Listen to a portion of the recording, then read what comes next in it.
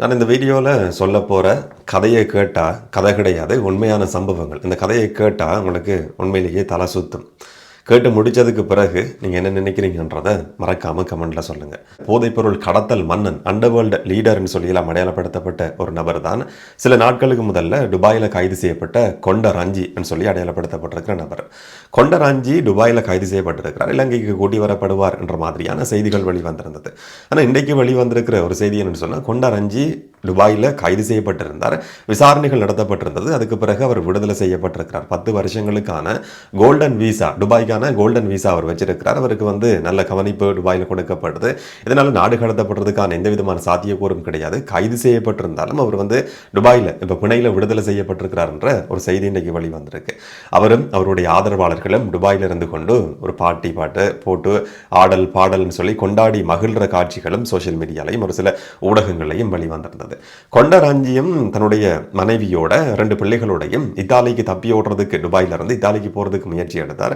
அங்க போலியான fake documents வச்சிருந்தார் என்ற குற்றச்சாட்டின் அடிப்படையில் கைது செய்யப்பட்டதா செய்திகள் வெளிவந்திருந்தது. அவருடைய 2 பிள்ளைகளும் மனைவியும் விடுதலை செய்யப்பட்டிருந்தாலும் அவர் சம்பந்தமான விசாரணைகள் நடத்தப்பட்டிருந்தது. ஆனால் கொண்டராஞ்சி கைது செய்யப்பட்டது ஃபேக், போலியான கடவுச்சீட்டு இல்லாட்டி போலியான ஆவணங்கள் வச்சிருந்தார் என்று சொல்லி குற்றம் சாட்டப்பட்டு துபாயில் கைது செய்யப்பட்டிருந்தாலும் சர்வதேச போலீசாலையும் தேடப்பட்டு வந்த ஒரு நபர். கொண்டராஞ்சி மேல சுமத்தப்பட்டிருக்கிற குற்றச்சாட்டுன்னு சொன்னா 2019ஆம் ஆண்டுல ஹெரோயின் வச்சிருந்தார் சொல்லி கைது செய்யப்பட்டு விசாரணைகள் நடந்து பிணையில விடுவிக்கப்பட்டதுக்கு பிறகு வெளிநாட்டுக்கு தப்பி ஓடி இருக்கிறார்னு சொல்லி சொல்லப்பட்டிருந்தது. அதுக்கு பிறகுதான் ரெட் நோட்டீஸ் பிறப்பிக்கப்பட்டிருந்தது. இது மட்டும் கிடையாது, மங்கள சமரவீரவினுடைய முன்னாள் அமைச்சரோட செயலாளராக இருந்த, பிரத்யேக செயலாளராக இருந்த சமீர தன்னுடைய மச்சானோட பயணம் செய்து கொண்டிருந்த சந்தர்ப்பத்தில் துப்பாக்கிச்சூடு நடத்தப்பட்டிருந்தது. அந்த வாகனம் இலக்கு வைக்கப்பட்டு சமீர அதுல கொலை செய்யப்படுறதுக்கான முயற்சி முன்னெடுக்கப்பட்டிருந்தாலும் அவர் வைத்தியசாலையில காயமடைஞ்சு அனுமதிக்கப்பட்டிருந்தார். சமீரவினுடைய, அதாவது மங்கள சமரவீரவினுடைய செயலாளர் சமீர கொலை செய்யறதுக்கான முயற்சி முன்னெடுக்கப்பட்டிருந்தது. அவர் காயங்களோட வைத்தியசாலையில் அனுமதிக்கப்பட்டிருந்தார். ஆனால் சமீரவோட சேர்த்து பயணம் செய்த அவருடைய மச்சான் கொலை செய்யப்பட்டிருந்தார். இந்த கொலை வழிநடத்தப்பட்டது இப்போ துபாயில் தலைமறைவாக தங்கியிருக்கிறத சொல்லப்படுற, இப்போ கைது செய்யப்பட்டு பிணையில் விடுவிக்கப்பட்டிருக்கிறத சொல்லப்படுற கொண்டராஞ்சியினுடைய வழிகாட்டுதலுக்கு அமையதான் இந்த கொலை முயற்சி நடந்தது. ஒரு கொலை முயற்சியும் நடந்தது என்ற மாதிரி முதல் கட்ட விசாரணைகள்ல தகவல்கள் வெளிவந்திருந்தது. இதை உறுதிப்படுத்துற மாதிரியான இன்னும் ஒரு தகவல் இன்றைக்கு வெளிவந்திருக்கு.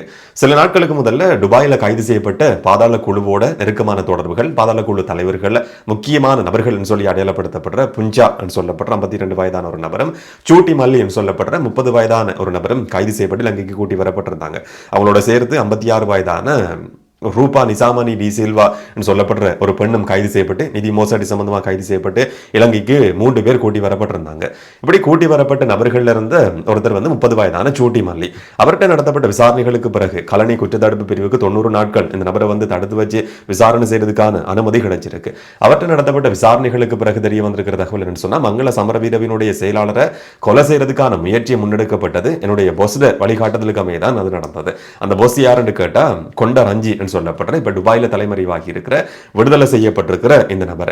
ஏன் இந்த கொலை முயற்சி நடந்ததுன்னு சொல்லி விசாரிக்கிற சந்தர்ப்பத்தில் போதைப்பொருள் கடத்தல் சம்பந்தமான ஒரு பிரச்சனையை மையப்படுத்தி தான் இந்த துப்பாக்கிச்சூட்டு சம்பவம் நடத்தப்பட்டது சொல்லி சூட்டி மல்லி தன்னுடைய வாக்குமூலத்தில் குறிப்பிட்டிருக்கிறார் சொல்லி இன்றைய ஊடக செய்திகள் குறிப்பிட்டது.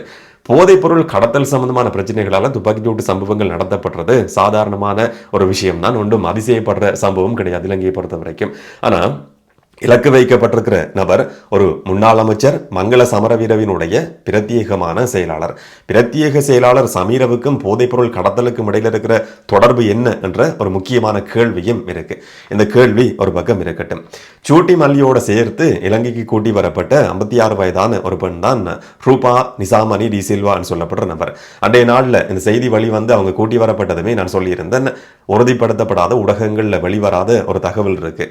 ஒரு உயர் போலீஸ் அதிகாரியினுடைய மனைவி தான் இப்படி கூட்டி வரப்பட்டிருக்கிற பெண் சொல்லி அன்றைய வீடியோவில் நான் குறிப்பிட்டிருந்தேன். அதுக்கு பிறகு ஊடக செய்திகள் அதை உறுதிப்படுத்தி இருக்கு. இப்போ 100% அந்த போலீஸ் அதிகாரியினுடைய மனைவி என்றது ஊடக செய்திகள் உறுதிப்படுத்தி இருக்கிற ஒரு விஷயமா மாறி இருக்கு. கொழும்பு குற்றத்தடுப்பு பிரிவினுடைய ஆபீசர் இன்சார்ஜா ஒரு காலகட்டத்தில் இருந்த அன்ஸ்லம் டி சில்வாவினுடைய மனைவி தான் இப்ப கைது செய்யப்பட்டு நிதி மோசடி சம்பந்தமாக குற்றம் சாட்டப்பட்டு விசாரணைக்குன்னு சொல்லி ஏற்கனவே நீதிமன்றத்தால் சிறை தண்டனை விதிக்கப்பட்டிருந்த நபர் ஒரு தூதரகத்தில் வேலை செய்த சந்தர்ப்பத்தில் சந்தர்ப்பத்தில் தான் நிதி மோசடி நடத்தப்படுதுன்னு சொல்லி குற்றம் சாட்டப்பட்டிருந்தது. அவர் இலங்கைக்கு கூட்டி வரப்பட்டிருக்கிறார். சிசிடியினுடைய உயரதிகாரியா இருந்த அன்ஸ்லம் டி சில்வாவினுடைய மனைவி என்றதை ஊடகங்கள் உறுதிப்படுத்தி இருக்கு. அதை பற்றின விசாரணைகள் தொடர்ச்சியா நடந்து வருது. அன்ஸ்லம் டி சில்வா யாருன்றதை சுருக்கமாக நினைவுபடுத்துறேன். W15 ஹோட்டல் மேல தாக்குதல் நடத்தப்பட்டிருந்தது. போலீஸுக்குள்ள இருந்த ஒரு அண்டர்வேர்ல்டு குரூப் மாதிரி தேசபந்து தென்னகோன் தலைமையில் இயங்கி கொண்டிருந்த ஒரு போலீஸ் அண்டர்வேர்ல்டு குரூப்புக்கு தலைமை தாங்கினவர் சொல்லப்பட்டவர் அன்ஸ்லம் டி சில்வா. W15 ஹோட்டலுக்கு துப்பாக்கிச்சூடு நடத்துறதுக்காக தேசபந்து தென்னகோனால அனுப்பி வைக்கப்பட்ட நபர் தான் அன்ஸ்லம் டி சில்வா. அவருடைய மனைவி தான் இப்ப கைது செய்யப்பட்டு இலங்கைக்கு கூட்டி வரப்பட்டிருக்கிறாங்கன்றது ஊடகங்கள் உறுதிப்படுத்தி இருக்கிற ஒரு விஷயமா மாறி இருக்கு. அதுவும் ஒரு பக்கம் இருக்கட்டும், அது இந்த வீடியோவுக்கு முக்கியமான ஒரு விஷயம் கிடையாது. இந்த குழுவை இந்த 3 பேரையும் சோட்டி மல்லியையும் புஞ்சாவையும் இந்த பெண்ணையும் கூட்டி வர்றதுக்கு சொல்லி இலங்கையிலிருந்து 6 போலீஸ் அதிகாரிகளை கொண்ட ஒரு குழு துபாய்க்கு பயணம் செய்திருந்தது. இந்த 3 பேரை கூட்டி வர்றது மட்டும்தான் அவர்களுடைய நோக்கமா அந்த சந்தர்ப்பத்தில் இருந்தது. ஆனா துபாய் போலீஸ் அதிகாரிகளோட இந்த 6 பேரும் கதைக்கிற நேரத்தில் கொண்ட ரஞ்சியையும் நாங்க கைது செய்திருக்கிறோம், இப்ப சட்ட நடவடிக்கைகள் நடந்து கொண்டு இருக்கு, இதே மாதிரி நீங்க கொண்ட ரஞ்சியையும் எதிர்வரும் நாட்களில் கூட்டி போக முடியும் என்ற மாதிரியான ஒரு தகவல் சொல்லப்பட்டது சொல்லியும் செய்திகள் வெளிவந்திருந்தது. அப்படியான ஒரு பின்புலத்தில் இப்ப கொண்ட ரஞ்சி விடுதலை செய்யப்பட்டிருக்கிறார். இன்னொரு பக்கம் சில நாட்களுக்கு முதல்ல ஒரு ராணுவ கேப்டன் கைது செய்யப்பட்டிருந்தார். அந்த ராணுவ முன்னாள் கேப்டன் ராணுவத்திலிருந்து விலகினதுக்கு பிறகு 2 அரசியல்வாதிகளோட நெருக்கமான தொடர்புகளை பண்ணியிருக்கிறார். ஐக்கிய தேசிய கட்சி ஸ்ரீலங்கா பொதுஜன பெரமுனவினுடைய மிக பிரதானமான புள்ளிகள் என்று சொல்லப்படுற முன்னாள் அமைச்சர்களுக்கு செயலாளராகவும் அந்த கேப்டன் செயற்பட்டிருக்கிறார் என்றதும் விசாரணைகள்ல உறுதி செய்யப்பட்டிருக்கு. அந்த ராணுவ கேப்டன் தொடர்புகளை பேணி இருக்கிற 2 முக்கியமான போதைப்பொருள் கடத்தல் ஜாம்பவான்கள் இல்லாட்டி போதைப்பொருள் கடத்தல் மன்னன்கள், கோட் ஃபாதர்ஸ் சொல்லப்படுற 2 பேர் இருக்கிறாங்க. அதுல ஒருத்தர் இன்னைக்கு உயிரோட இல்லை. கனிமுல்லா சஞ்சீவ சுட்டு கொலை செய்யப்பட்டார். என்ன நடந்ததுன்றது உங்களுக்கு தெரியும். கனிமுல்லா சஞ்சீவோடையும் இந்த ராணுவ கேப்டனுக்கு நெருக்கமான தொடர்புகள் இருந்திருக்கும். அவர் விசாரணைகள் அதை ஒப்புக்கொண்டிருக்கிறார். கனிமுல்லா சஞ்சீவ ஒரு காலகட்டத்தில் வெளிநாட்டில் தலைமறைவாகி இருந்ததுக்கு பிறகு போதும்னு சொல்லி நினைச்சாருன்னு தெரியல, இலங்கைக்கு திரும்புறதுக்கு தீர்மானிக்கிறார். இலங்கையிலிருந்து விசாரணைகள் நடந்து கொண்டிருந்த காலகட்டத்தில் படகு மூலமா இந்தியாவுக்கு தப்பி போய் அங்கிருந்து நேபாளத்துக்கு தப்பி போய் நேபாளத்திலிருந்து இலங்கைக்கு போலியான கடவுச்சீட்டை பயன்படுத்தி கொண்டு கனிமுல்லா சஞ்சீவ பயணம் செய்திருந்தார். விமான நிலையத்தில் கனிமுல்லா சஞ்சீவ கைது செய்யப்பட்டிருந்தார். கைது செய்யப்படுறதுக்கு முதல்ல அவர் நாடு திரும்புறார் என்ற தகவல் கிடைச்சதும் இந்த கேப்டனுக்கு தகவல் சொல்லப்பட்டிருக்கான். நான் இந்த மாதிரி நாட்டுக்கு வர்றேன், கனிமுல்லா சஞ்சீவ இந்த கேப்டனுக்கு சொல்லி இருக்கிறாராம், நான் நாட்டுக்கு வர்றேன், என்னை கூட்டி வர்றதுக்குன்னு சொல்லி விமான நிலையத்தில் நீங்க காத்து கொண்டுருங்க, நான் வந்ததும் உங்களுக்கு போன் பண்றேன்ற மாதிரி சொல்லி இருக்கிறாரு. ஆனா கேப்டன் எதிர்பார்த்த மாதிரி கனிமுல்லா சஞ்சீவ் எதிர்பார்த்த மாதிரியான சம்பவம் நடக்கல. விமான நிலையத்தில் போலியான கடவுச்சீட்டோட கனிமுல்லா சஞ்சீவ கைது செய்யப்படுறார். வழியில காத்து கொண்டிருந்த இந்த கேப்டனுக்கு தகவல் கிடைக்குது. அதுக்கு பிறகு அவர் அங்கிருந்து தப்பி ஓடி இருக்கிறார். கனிமுல்லா சஞ்சீவோட இருக்கிற தொடர்பு மட்டும் கிடையாது, இன்னும் ஒரு நபர் இருக்கிறார், கரந்தனிய சுத்தான்னு சொல்லி ஊடகங்கள் அவருடைய பேரையும் நாங்கள் அடிக்கடி கேள்விப்பட்டிருக்கிறோம். கரந்தனிய சுத்தாவோடைய நெருக்கமான தொடர்புகளை இந்த ராணுவ முன்னாள் கேப்டன் பேணி இருக்கிறார் என்றதும் விசாரணைகள்ல உறுதி செய்யப்பட்டிருக்கு. எப்படியான தொடர்பு கேட்டா அவர்கிட்ட நடத்த விசாரணைகளுக்கு பிறகு மினுவாங்கட பிரதேசத்திலிருந்து T56 ரக துப்பாக்கிக்கு பயன்படுத்துற சில தோட்டாக்கள் மேகசின்கள் கண்டுபிடிக்கப்பட்டிருந்தது. இது கரந்தனிய சுத்தாவுக்கு சொந்தமானது சொல்லி விசாரணைகள் உறுதி செய்யப்பட்டிருக்கு. இது மட்டும் கிடையாது, கரந்தனிய சுத்தாவும் வெளிநாட்டில் எங்கேயோ தலைமறைவாகி இருக்கிறார்ன்றதுதான் கடைசியா தேடி பார்க்கிற நேரத்தில் கிடைச்சிருக்கிற ஒரு தகவல். கரந்தனிய சுத்தாட அம்மாவையும் சகோதரியையும் சகோதரனையும் இலங்கையிலிருந்து பாதுகாப்பா வெளிநாட்டுக்கு அனுப்பி வைக்கிறதுக்காக கடவுச்சீட்டு பெற்றுக் கொடுத்த ஒரு நபர் தான் இப்ப கைது செய்யப்பட்டு விசாரணைக்கு உட்படுத்தப்பட்டு வந்து கொண்டிருக்கிற இந்த முன்னாள் ராணுவ கேப்டன் என்றதும் ஊடக செய்திகள் குறிப்பிடுற ஒரு விஷயம். அந்த கேப்டன் கரந்தனிய சுத்தாவோட கனிமுல்லா சஞ்சீவோட முன்னாள் முக்கியமான அமைச்சர்கள் ஐக்கிய தேசிய கட்சி ஸ்ரீலங்கா பொதுஜன பெரமுன கட்சியோட நெருக்கமான தொடர்புகளை பண்ணி இருக்கிறார். கரந்தனிய சுத்தா சம்பந்தமா அண்மை காலத்தில் பேசப்பட்டது அம்பலாங்கோட பிரதேசத்தில் அம்பலாங்கோட சிங்க மேனேஜரா இருந்த ஹிரான் கோசல சொல்லப்படுறவர். ஐக்கிய தேசிய கட்சி ஐக்கிய மக்கள் சக்தியினுடைய அரசியல்வாதியா இருந்தவர். உள்ளூராட்சி மன்ற தேர்தலில் போட்டியிட்டவர். அவரும் சுட்டு கொலை செய்யப்பட்டிருந்தார்.